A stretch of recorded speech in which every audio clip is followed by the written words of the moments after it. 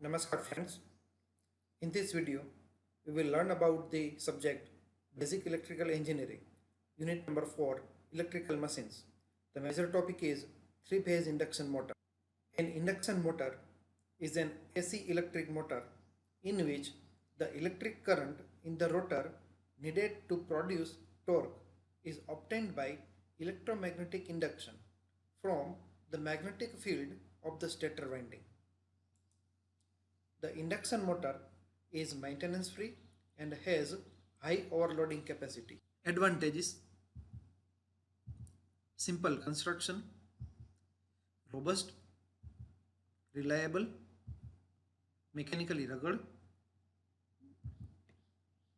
no carbon brushes used and no sparking, can be operated in hazardous environment also, high starting torque, good speed regulation, reasonable overload capacity, high efficiency, low cost as compared to DC motor, less maintenance, etc. Due to all these wide advantages, three-phase induction motor nowadays used in multiple applications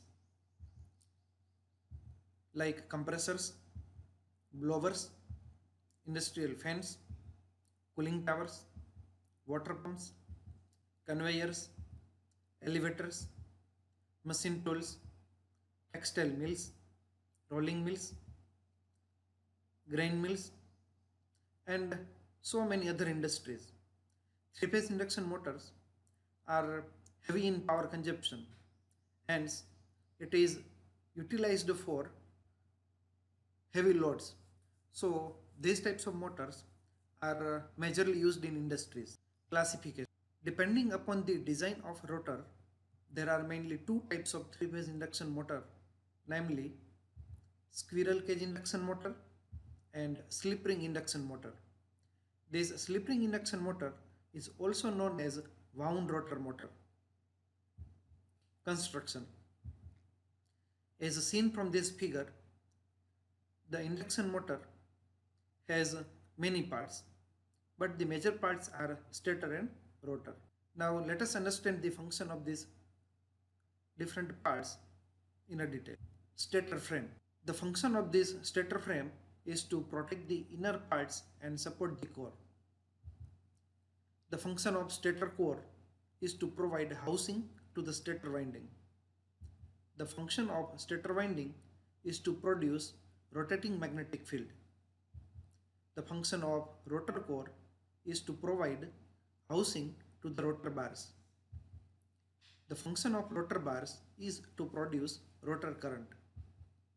The function of end ring is to provide closed path to the rotor bars to produce rotor current. The function of air gap is to provide the gap between stator and rotor. The function of slip ring is to connect resistances to rotor circuit via brushes. These resistances are external resistances. The function of brushes is to provide connection between external resistances and slip ring. The function of shaft is to transfer mechanical power. The function of bearings is to provide mechanical support to shaft for free rotation. The function of terminal box is to provide housing to supply connections. The function of cooling fan is to provide cooling. And the function of fan cover is to protect the cooling fan from external bodies. Now see from the figure. A three-phase induction motor is mostly the squirrel cage induction motor, which is widely used in industrial applications. It has mainly two parts, stator and rotor. The figure besides represents the stator part of the motor. The stator is a stationary part. It is built up of high-grade alloy steel laminations to reduce eddy current losses. It has three main parts: outer frame, stator core, and stator windings, as seen from the figure beside. Frame is the outer body of the motor. For small machines, it is casted, but for the large machine, it is fabricated. The stator core carries three-phase windings. It is built up of high-grade steel stampings. Stator windings are housed in stator slots with double layer windings. These windings are distributed and are mostly short pitched.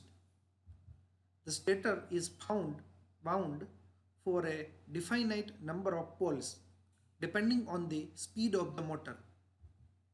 The windings may be connected in star or delta. Now rotor. It is the rotating part of the motor. It is built of thin laminations of the same material as the stator. The laminated cylindrical core is mounted directly on the shaft. These laminations are slotted on the outer side to revive the conductors. There are two types of rotor, squirrel cage and slip ring. Now let us try to understand squirrel cage rotor.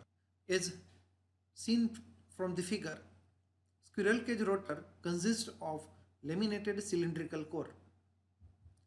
The circular slots at outer periphery are semi-closed and contains uninsulated bar conductor of aluminum or copper.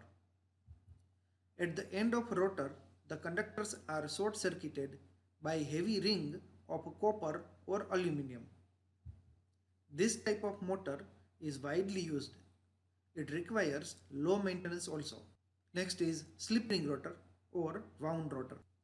A wound rotor is built with a polyphase distributed winding similar to that of stator winding and wound with the same number of poles as stator.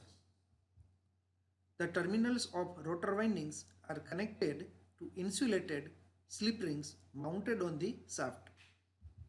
Carbon brushes bearing on these rings make the rotor terminals available external to the motor. Wound rotor induction machines are relatively uncommon, being found only in a limited number of specialized applications. These type of motors are widely used where high starting torque is required. The cost and size of this type of motor is more and large respectively. Now working of induction motor. For simplicity, consider one conductor on the stationary rotor as shown in figure A. This conductor be subject to the rotating magnetic field produced when a three-phase supply is connected to the three-phase winding of the stator. Consider the rotation of the magnetic field be clockwise. A magnetic field moving clockwise has the effect as a conductor moving anti-clockwise in a stationary field. According to Faraday's law of electromagnetic induction, EMF will be produced in the conductor. By completing the rotor circuit, either using end rings or external resistances, the induced EMF causes current to flow in conductor. By using Fleming's right-hand rule, we can determine the direction of induced current in the conductor is outwards, which is shown as dot in figure B. The current in rotor conductor produces its own magnetic field as shown in figure C. When a current carrying conductor put in a magnetic field, a force is produced. This force is produced on the rotor conductor. The direction of this force can be determined by using Fleming's left-hand rule as shown in figure D. It is seen that the force acting on the conductors is in the same direction as the direction of the rotating magnetic field. The rotor conductor is in a slot on the circumferences of the rotor. The force acts in a tangential direction to the rotor and develops a torque in a rotor. Similarly, torque produces in all the rotor conductors. Since the rotor is free to rotate, then It rotates in the same direction as the rotating magnetic field. Therefore, three-phase induction motor is a self-starting motor. Friends, if you have any query, you can email us on bhavin.kanani@darshan.ac.in. For more details, you can visit our website www.darshan.ac.in.